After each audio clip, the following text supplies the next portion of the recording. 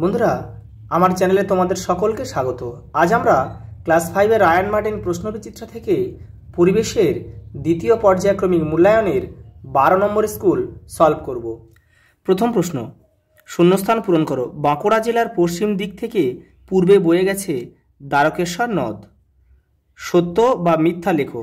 গঙ্গা একটি নিত্যবহ নদী নয়, এটা মিথ্যা, কারণ গঙ্গা একটি নিত্যবহ নদী। পরের প্রশ্ন, বঙ্গভঙ্গ কি? তোমাদের টেক্সটের 69 নম্বর পেজে কিন্তু উত্তরটি রয়েছে। এই যে ইংরেজরা বাংলাকে দুভাগ করে দিয়েছিল, দুটো আলাদা প্রদেশ, সেই ঘটনাকে বলে 1905-এর বঙ্গভঙ্গ। পরের প্রশ্ন, রায়গঞ্জ কোন জেলার অন্তর্ভুক্ত? উত্তর দিনাজপুর। পরের প্রশ্ন, প্রদত্ত শহরগুলির বিশেষ বৈশিষ্ট্যগুলি লেখো।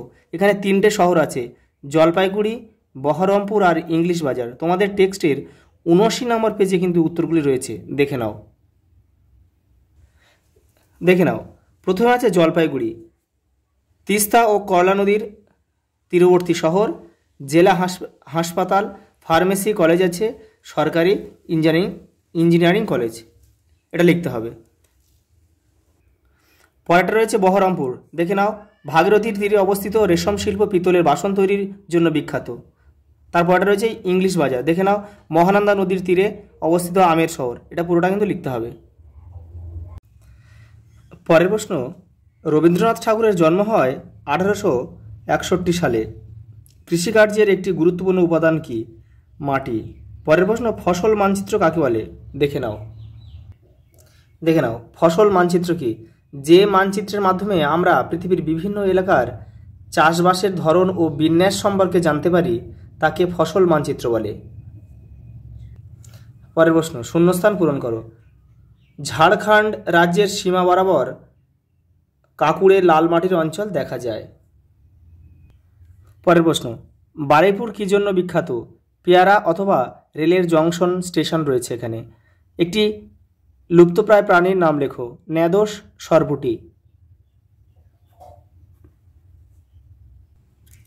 পরের প্রশ্ন, বিরসা মুন্ডা কি জন্য বিখ্যাত? ইংরেজদের বিরুদ্ধে লড়াই করেছিলেন, মুন্ডা বিদ্রোহের নেতৃত্ব দিয়েছিলেন। পরের প্রশ্ন, তিতুমির কি জন্য বিখ্যাত?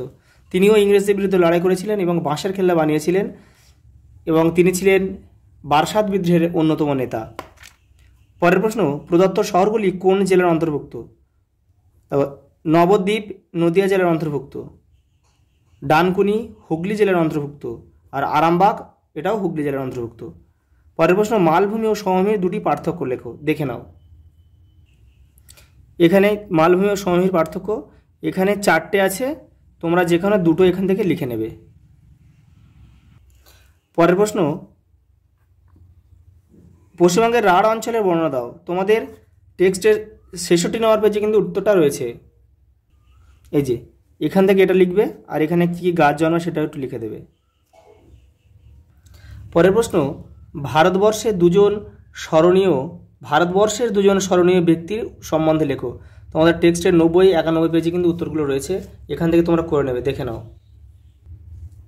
এখানে কিন্তু অনেক ব্যক্তি রয়েছে, বিদ্যাসাগর, স্বামী বিবেকানন্দ, এখানে জগদীশচন্দ্র বসু, প্রফুল্লচন্দ্র রায়, এখান থেকে তোমরা যে কোনো দুটো করে নেবে। এপারেও রয়েছে, যে কোনো দুটো তোমরা এখান থেকে করে নেবে। শেষ প্রশ্ন, পশ্চিমবঙ্গের সুন্দরবন অঞ্চলের বর্ণনা দাও। তোমাদের টেক্সটের 71 নম্বর পেজে উত্তরটা রয়েছে, দেখে নাও। এখানে যেগুলো ব্র্যাকেট করা আছে সেইগুলোই, আর যেগুলো আন্ডারলাইন করা আছে এগুলো তোমরা লিখলে হয়ে যাবে। আজ এই পর্যন্ত, দেখা হবে পরের ভিডিওতে।